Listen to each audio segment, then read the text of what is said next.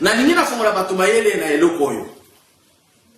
Le Monsieur Fayoulou azalelo libre à kosala meeting na lobby na Sainte-Thérèse.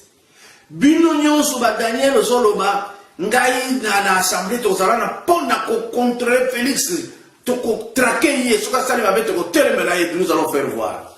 Na kolinga Daniel Safu na émission na assemblée kuno zali okotangela biso banda kutu oyo muzito azwa okola exception sika azwa ki mbongo pa azala nango hein. Je veux voir, il est de la Mouka. 2, Okoyana ba fiche, oh, il y a qui saka bomengo ya muzito avant comme premier ministre. On n'a jamais vu ça. Daniel na kolinga bola kisayango bino bato la Mouka. Kuna ko dewa na kondi makambolo bakeza solo. Na kolinga otala ba richesse tout Moïse azwa. Ezaki ya musala nini azwa abandaka ndenge nini. Biso to yebi eskaza laki. Na mbongo wana correspondre te. Yo, okola msa dossier wana pona ndima yo. Monsieur Daniel Safu. Na kolinga o bimisa dossier ya Fayoulou na assemblée. Ya ndenge za kofuta te impôt na taxe ya Faden House. Wana ndena kondima waki makamuzoro baza ya solo. Apparemment telemedika à Félix. Nanu yo okozoye na eloko nini. Félix n'est pas riche. C'est tout. Mais ça la biloko. Et a hérité pe biloko papa na ye. Daniel Safu apparemment il évité pourquoi aucune assemblée. Tant que sur la Kabila za na majorité, yango na politique na ko tikala, mboke ko beba, ndé réseau tindio lo ba que Félix Azama be, quel raisonnement. Même on t'a secondaire pour raisonner pour être. Maintenant quel est le rôle de l'Assemblée nationale? Je te donne une notion que tu manques énormément. Ça a le rôle de légiférer et de contrôler toutes les actions du gouvernement. Mais ce que vous avez dit, c'est que vous avez contrôlé, bateau et FCC, vous avez contrôlé, le ministre a dit, vous avez maintenant, tu es en train de dire, ça serait impossible que corruption ici, là, confusion ici, là, népotisme ici, là. C'est-à-dire que tu es nul. Tu es allé quoi faire là-bas? Donc, vous avez déjà, dans ton mental, tu as posé une sous-question. Baïba qui victoire à Fayoulou, Balabi, c'est ni à Ibi.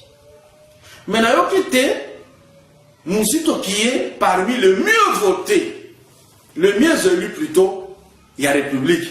Je n'ai pas entendu Mousito Koboya, bah voix au Yazui. Parce que bah voix na Moutalobi en gros c'est ni. D'un côté, c'est ni tricheuse. De son côté là où Yazui, c'est ni à tricher. Yo moko gagné le Safu, au gagné. C'est ni à tricher qui t'est pas na yo. À tricher quand pas bah Mousso Moutoyi de pesa l'équipe à tricher. Sauf que bon l'équipe à tricher. Quel raisonnement? Je suis en train de m'inquiéter comment sera l'Assemblée nationale. Ça sera une honte, je pressens. Une honte, pas les chevronnés. Bataille, c'est ça va travailler bien. Ils ont intérêt à travailler bien. Moi, je suis avec eux tout le temps, dans tout la question. Ce sont les gens avec qui nous avons vécu, Ami, Banini, Balobi, M. Kadjombo. Nous sommes obligés de nous rattraper. Mais tout ça, pendant le mandat de M. Nyon Somi Balé, pour que le peuple se retrouve. Ils ont la conscience. Sanctions sur la pêche de l'Union européenne, les canapotes, tout ça la bonne aboye. Kota qui n'a difficulté, Kabila, Bazoka, Natena Mindele, a intérêt pour Bungisamboka. Pour vivre bien, awa, pour vivre pour la liberté. Il y a des conséquences. Il y a pour vivre dans le monde à l'étranger. Il y a des bloqués, comme le roi là-bas dans Mickey. Mais ceux qui ont na bango etikali awa, bakosala, vous avez la FCC va bien travailler à côté. Donc, ici, il y a SSC, on travaille bien à côté de Félix. Et puis, la majorité se constitue au fur et à mesure. Vous avez encore 3 mois pour arriver à ça. Et puis, quand on a mis Daniel Safu, il faut invalider parce que ta petite calicuna pour candidater que vous définitivement à député. Bon, c'est là, cour constitutionnelle, et le Bakayo Daniel, définitivement député. Mais dans l'entretemps, et ça, provisoire, ne le voyez battre. Na répondre ce qu'on a Mouzito. Ah, Mouzito. Mouzito, a la chance de poursuivre le terre. Mais un de ceux qui pour lui, tu sais qu'il est pire que Kabila. Je comprends pourquoi tu le dis. Vous avez un dossier, ma belle. Parce qu'on a déjà des négociations à tout. na ba dossier yo ya mabe, tu sais que tu es sur la liste et tu vas aller là. Donc on dit qu'on va déjà ça mabe pour ba ko contrôler yo. Ba iba nyonso zo akezani. Ngala ko lo belete na osala émission na Jekoko Mulumba. Comme ça tout à la ceux qui ont mérité ou la phrase on a fait. Et puis tu es contradictoire. C'est toi Olobaki, c'est un garçon honnête et sincère. De tous, c'était lui l'homme sérieux. Balamoko, au mérité a commis pire. C'est ça la mouka. Oui, il y a le machine à voter, mouké a voté nango. Oui, il y a ça, l'homme sincère, mouké a commis pire. Vous êtes comment? Comment vous, les gens qui vous suivent, vous voyez comment? Comment est-ce qu'ils vous trouvent? Pour constater que Monsieur Mouzito, par campus populaire au Salaki, il avait autant. Bah, on a dossier à chaque moutou. Tu as ces dossiers-là, toi. Tu étais Premier ministre. On n'a pas compris, bon, mais aujourd'hui, il y a le ministre de la Finance, Madame Ozio. Non, on va chercher à savoir. Il y a encore des gens, moi, ce qui t'attend, au comment on le bat déjà avant, quand ça pire, à pireté. Na ofungolo Mouzito, Zoé, ben, comme mon côté. Martin Fayulu, la ministre, il y a un intérêt. Parce qu'il y a un avantage, il n'y a jamais président de la République dans un moment où c'est déjà fini. Mais Martin Fayulu, si il y a un banc et le comoko. Azobanga même bazonga na pays, azobanga katubi azonga na pays, ba patron na yeso bazongi ya kufi alimwe. Azo souhaité la minute où Martin Fayulu batika na libanda pour ya comme chef de file de l'opposition. Parce que Félix Tshisekedi a comme président de la République. Azali sous na opposition te Fayulu a na possibilité na minute otoloba a comme chef de file de l'opposition. Chef de file de l'opposition azo akambongo na gouvernement. Ndako za porte-parole ya bino tu bokozala na opposition ye Fayulu akozala aosorana Félix bakobanda kokutana.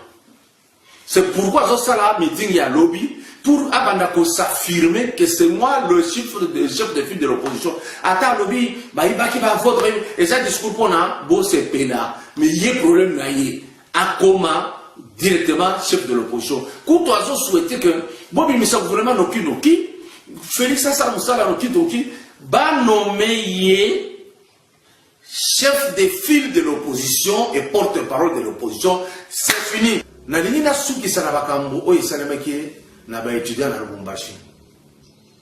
Bo réclamer courant, bo réclamer eau, bo réclamer taux. Et donc on a comment qui ezaki que makambo ato wana bo mandaki nango na rentrée académique Félix Azaka président. Tant que bongisi yango na président Félix, coup de chapeau, président Azaka ndenge wana, tikotak a bongisi yango bozongi. Pour créer le sous-chapitre, nous sous-autres récupérer ba corps. Ceux qui vont récupérer corps, est-ce que dans le campus à Lubumbashi mort des arabes? Bon, il y a beaucoup de banco wat.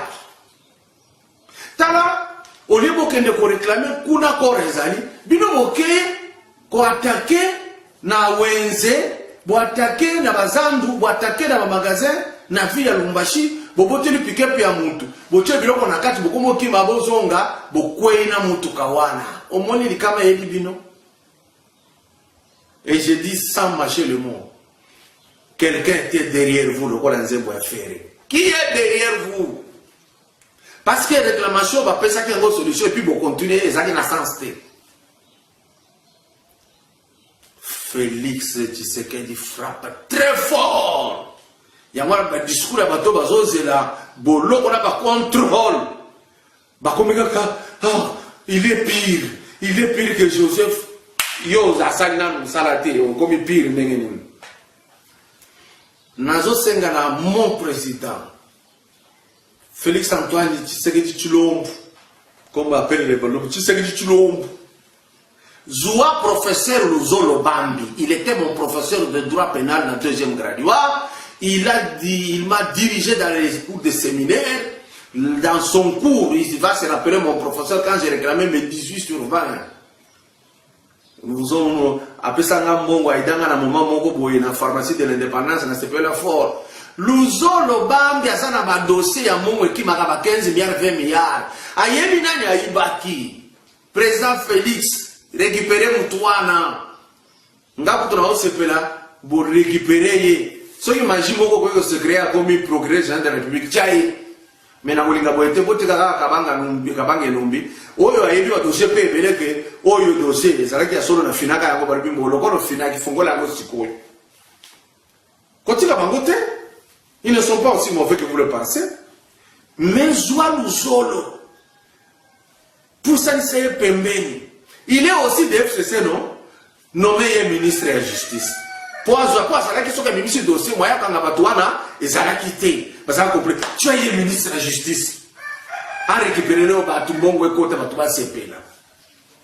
Ba Congo to ko lo chapitre na bino ba bongisa na bino banzela oyo ba bandaka ka Pierre to ya liboso puis ba sala ngol souté.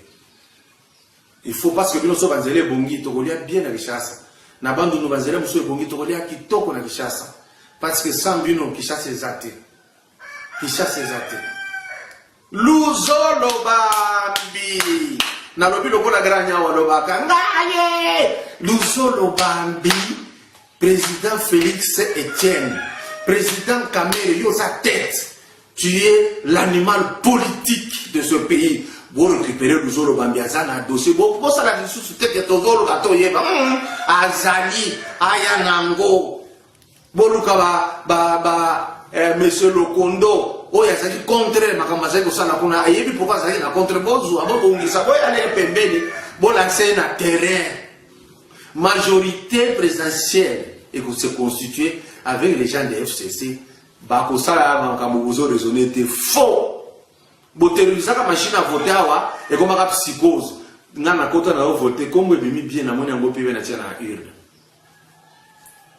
Luzolo Bambi. Merci pour l'amsala, mon professeur. Tu m'as donné un cours 2 ans durant. Merci.